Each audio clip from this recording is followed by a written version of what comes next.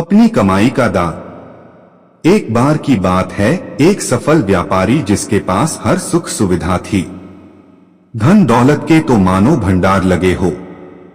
शहर में उस व्यापारी से बड़ा कोई नहीं था।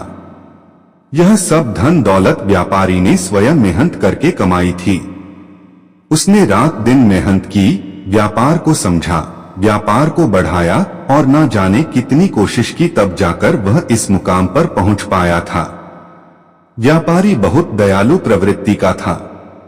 वह हमेशा धार्मिक कार्य किया करता और दान भी दिया करता था। व्यापारी की एक लड़की थी जो विदेश में पढ़ा करती और एक लड़का था जो पढ़ाई पूरी करके व्यापार करने आया था। व्यापारी ने देखा कि उसका लड़का बेवजह ही अधिक खर्च करता है और जब भी कोई कर्मचारी अथवा कोई अन्य व्यक्ति भिखारी कुछ भी मांगता है तो वह बिना सोचे समझे दे देता है। बहुत कम समय में ही व्यापारी का लड़का उसे उससे ज्यादा दान करने लगा। एक दिन व्यापारी ने अपने लड़के को बुलाया और कहा, तुम मेरी कमाई हुई दौलत को उड़ा रहे हो। तुमको क्या लगता है यह दान करना सही है? क्या तुमको पता है दान कब करना चाहिए और क्यों करना चाहिए? तुमने अभी तक 1 रुपया भी नहीं कमाया है, इसलिए तुमको इसकी कीमत का अंदाजा नहीं है।